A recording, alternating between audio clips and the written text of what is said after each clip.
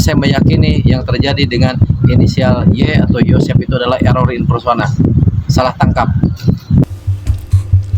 Ya teman-teman semua, baik lagi di Kapia News, masih bahas kasus Subang. Kita masih akan bicara tentang pengacara Pak Deddy nih ya, masih berhubungan dengan Pak Deddy, yaitu tentang kita membicarakan tentang RD Law ya, pengacara Pak Deddy dan kawan-kawan gitu ya teman-teman. Ya pertama-tama sih gue mau ngucapin apa ya, kalau gue tuh ya respect lah ya pada Pak RD karena mau membantu orang-orang yang susah gitu ya untuk mendapatkan keadilan gitu ya, karena di sini beliau juga yang nggak dibayar gitu ya, dan gue yakin beliau tulus untuk membantu gitu. Gue respectnya ya di situ gitu kan ya. Dan di sini namun ada satu hal yang mau kita bahas ya, mengenai pernyataan beliau sih ya. Poinnya di sini yang gue mau bahas adalah pernyataan beliau tentang Pak Yosep adalah salah tangkap gitu kan ya.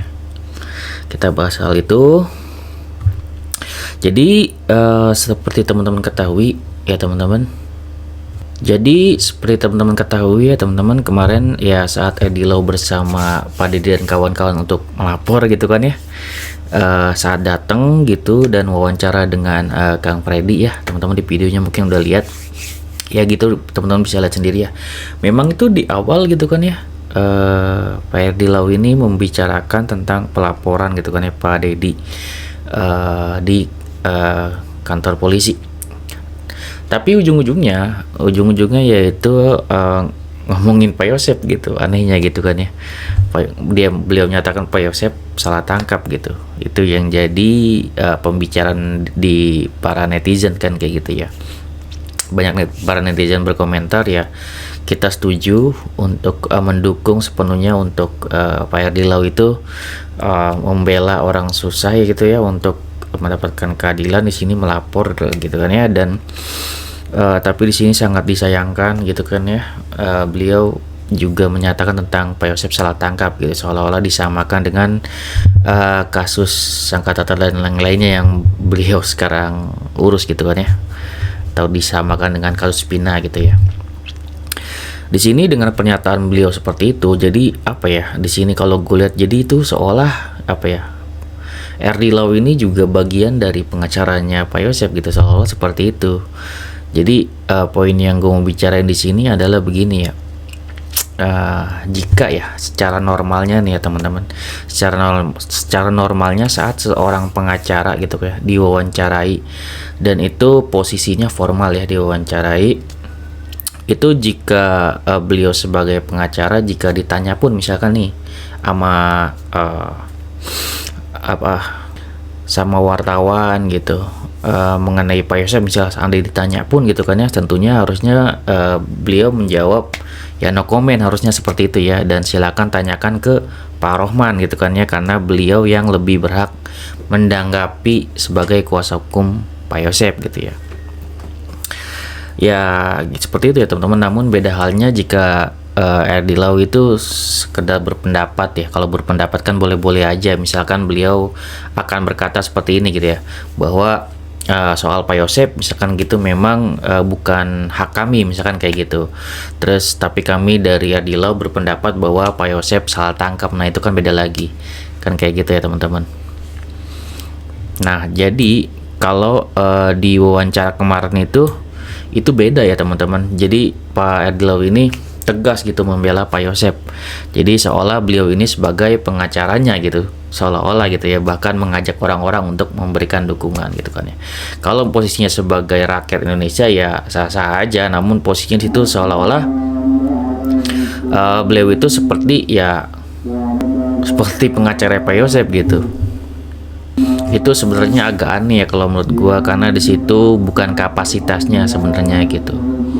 Sebenarnya itu hak dari Pak Rohman gitu ya teman-teman ya, tapi ya gue sih dukung-dukung aja. Misalkan sekalian gitu nih, Pak Herdi Lau mau menjadi bagian dari pengacara Pak Yosep misalkan gitu kan ya.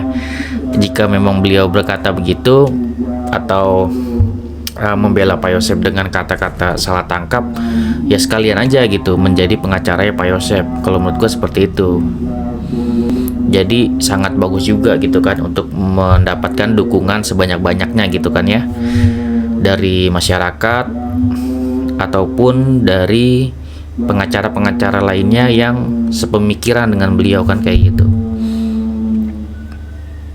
Kalau gue sih dukung-dukung aja. Kalau misalkan beliau udah menjadi pengacaranya Pak Yosep, artinya beliau itu secara penuh berhak untuk mengatakan seperti itu gitu. Kalau menurut gue seperti itu ya teman-teman. Jadi inti pembicaraan gue kali ini seperti itu sih.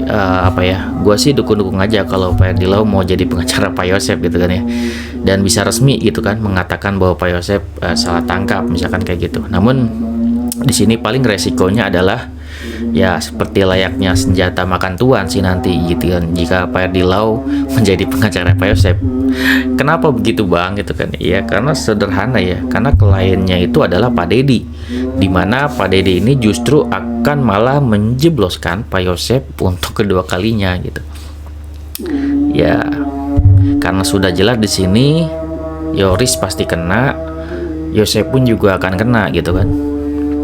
Tapi kan bang gitu kan ya, itu kan Pak Herdi Lau cuma ingin sebagai warga negara untuk membela seseorang gitu kan ya, atau membela Pak Yosep, bahwa ini sebenarnya adalah secara hukum tidak sah misalkan kayak gitu kan ya. Ya sebenarnya kalau misalkan berbicara sebagai warga negara ya sah-sah aja, apalagi beliau sebagai seorang pengacara gitu kan ya. Namun di sini konteksnya gitu, karena beliau posisinya saat berbicara adalah pengacara dari Pak Deddy gitu kan ya, namun melimpir pembicaraannya ke kasus Subang gitu mengenai Pak Yosep. Ya walaupun beliau sudah mengatakan bahwa sini memang ada hubungannya, tapi gua rasa di sini mungkin di situ Pak Herdi Lau ini nggak sadar gitu kan ya, atau belum melihat lagi pernyataan-pernyataan dari Pak Deddy di persidangan kasus Subang gitu. Kan situ harusnya beliau melihat gitu, ada aliran dana ke Pak Yosep gitu untuk dana bos tersebut gitu, yang dimana beliau sebagai pengacara juga termasuk Pak Deddy akan memberatkan Pak Yosep di persidangan gitu. Dan apakah beliau tidak berpikir juga gitu kan ya, untuk penggunaan dana bos tersebut, apalagi sudah terang-terangan digunakan oleh Pak Yosep, itu benar-benar menjadi motif gitu kan, yang sangat kemungkinan sangat besar gitu kan ya di kasus Subang ini gitu. Memang kalau untuk kasus Subang ini gitu kan ya harus dilihat secara menyeluruh gitu. Beliau harus mengikuti kasus Subang itu seperti apa, pengadilan seperti apa, saksi yang dihadirkan seperti apa, bukti-bukti yang sudah ada seperti apa, OOJ-nya seperti apa, itu harus secara lengkap beliau dapetin gitu informasinya. Jika misalkan beliau hanya didekati misalkan satu youtuber itu memang membela Pak Yosep dan beliau juga hanya ada di pemikirannya di situ doang gitu ya, satu sisi, ya tentu informasi yang beliau dapetin hanya segitu aja gitu. Namun kalau beliau mau cari tahu lebih gitu kan ya tentang semuanya gitu kan ya mungkin beliau akan berpikir lagi gitu. Ya karena gue pribadi juga misalnya untuk mengawal kasus Subang ini ya mengikuti juga gitu kan youtuber lainnya, meskipun itu ya membela Pak Yosep misalkan kayak gitu kan, Misteri Mbak Suci dan lainnya gitu kan, yang gue lihat juga gitu kan. Dan disitu juga kita analisa juga kan kayak gitu. Jadi kita kompleks melihat secara keseluruhan gitu. Ya sekali lagi gue mau bilang gue dukung untuk Pak Herdi Lau bersama Pak Deddy untuk membongkar ya yayasan ini. Semoga terbongkar semuanya, dan nanti Pak Herdi juga akan melihat seiring perjalannya persidangan gitu kan ya, bahwasanya ini kaitannya dengan Yoris dengan Yosep.